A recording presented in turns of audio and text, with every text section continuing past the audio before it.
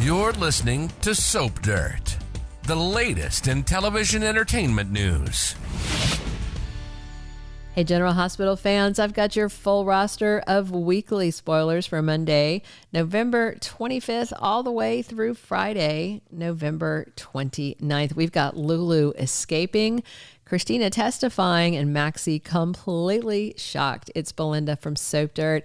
If you're not following us, please click subscribe, and let's get started with what's coming Monday, November 25th on season 62, episode 58. Ava's Trial kicks off. So this is supposed to be, according to Rick Hurst, he said it was 2 full days of dialogue, but I'm seeing 3 days of spoilers. So I assume that we're still going to have this trial coming back after the Thanksgiving holiday, but it'll probably wrap up pretty fast.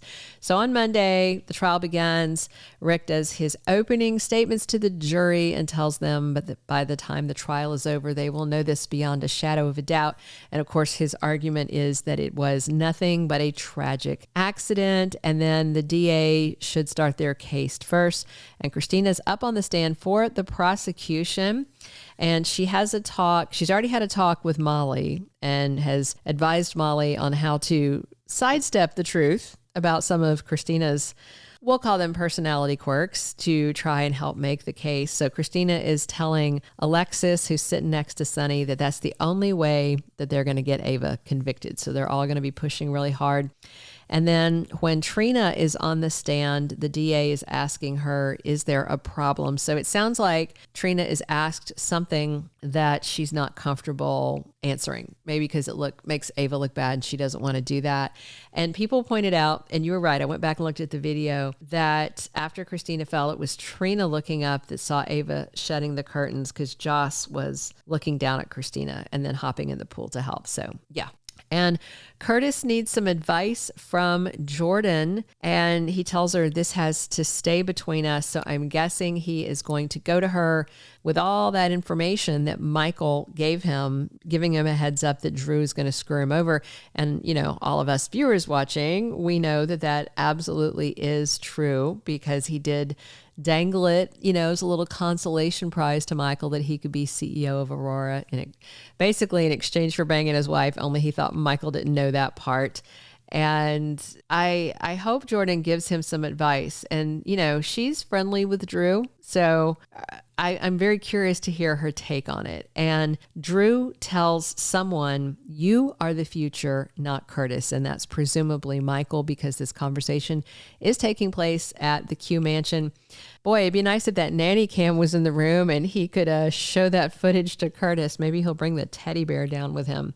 And Lulu is taking a risk on Monday. And I think this comes after Cyrus creeps up on Lulu, who is pretending to be asleep strategically, and says, don't worry, I've taken care of everything. Wow, he's so creepy. He is trying to keep the doctors from calling Laura to tell them basically that Lulu's coming out of the coma and everything.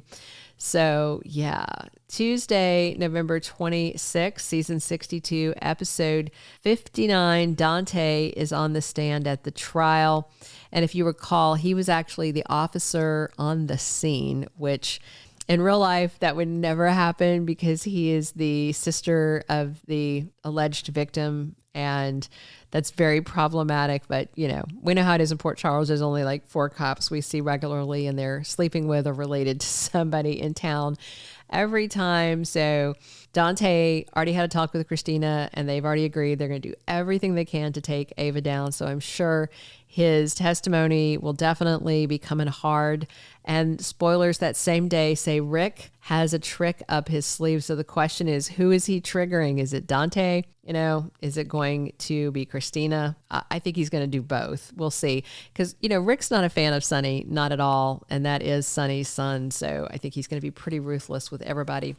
And then also on Tuesday, Cody helps a stranger. There's a photo of him in a car. Looks like he's picking someone up. And I can't show you the photo for copyright reasons. Neither can I show you this other photo of Lulu.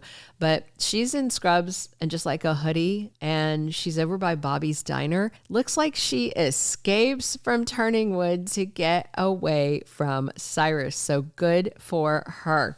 Meanwhile, Sasha confides in Maxie, and remember, she's got that pregnancy test, so I wonder if she's going to tell her that she made the two-backed beast with Michael and maybe her period's late.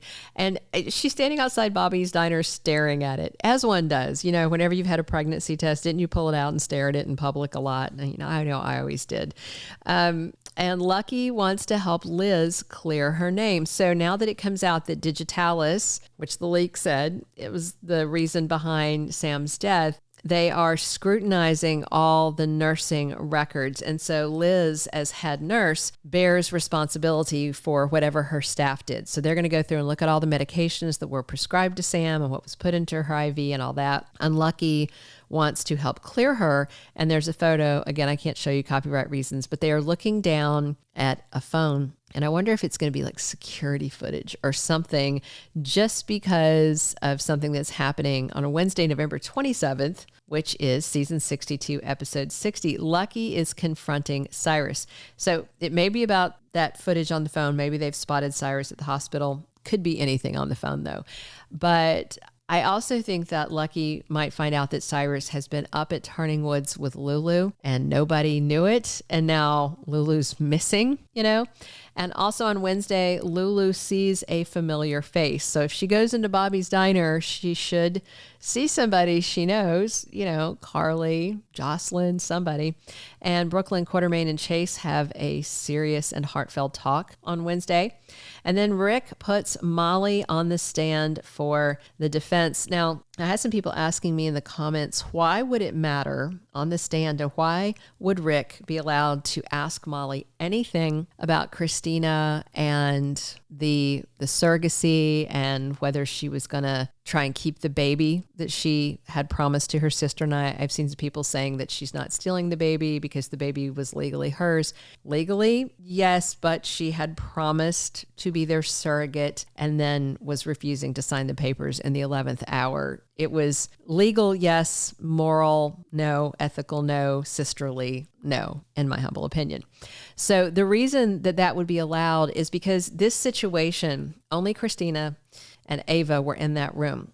They are the only two that knows what happened. So it's she said versus she said. So it comes down to who is more credible, whose word can be believed. So what happens is the DA is going to put all their effort behind assassinating Ava's character and bringing up crimes and misdemeanors and anything she's done.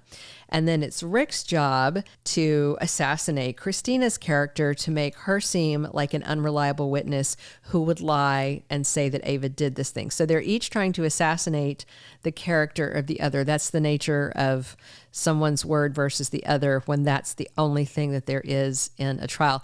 There are the photos, but those photos can be argued one way or another. There's enough debate here between you guys in the comments to show that those photos can be interpreted two different ways.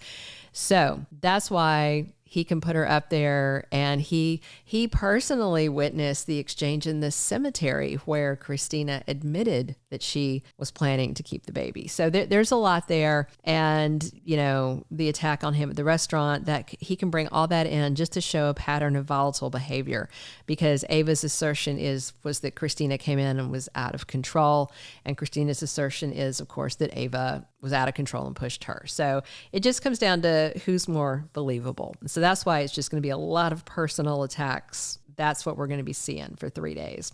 Maxie and Spinelli are shocked. So maybe that's the familiar faces Lulu sees. That would be interesting. And they could be shocked by Lulu, or, you know, maybe this Sasha thing in the Michael news. Thursday, November 28th, is going to be an encore of the July 19th episode where James ran away from the family to go see Cody and ask why he can't give him writing lessons.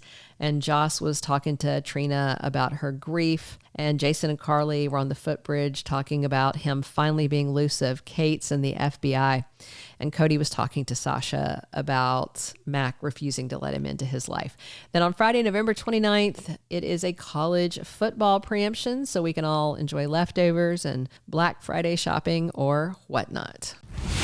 Thank you for being a loyal listener. Follow us wherever you get your podcast, because you don't want to miss the next episode. Soap Dirt is on all the major podcast platforms, including Apple Podcast, Spotify, iHeartRadio, and more.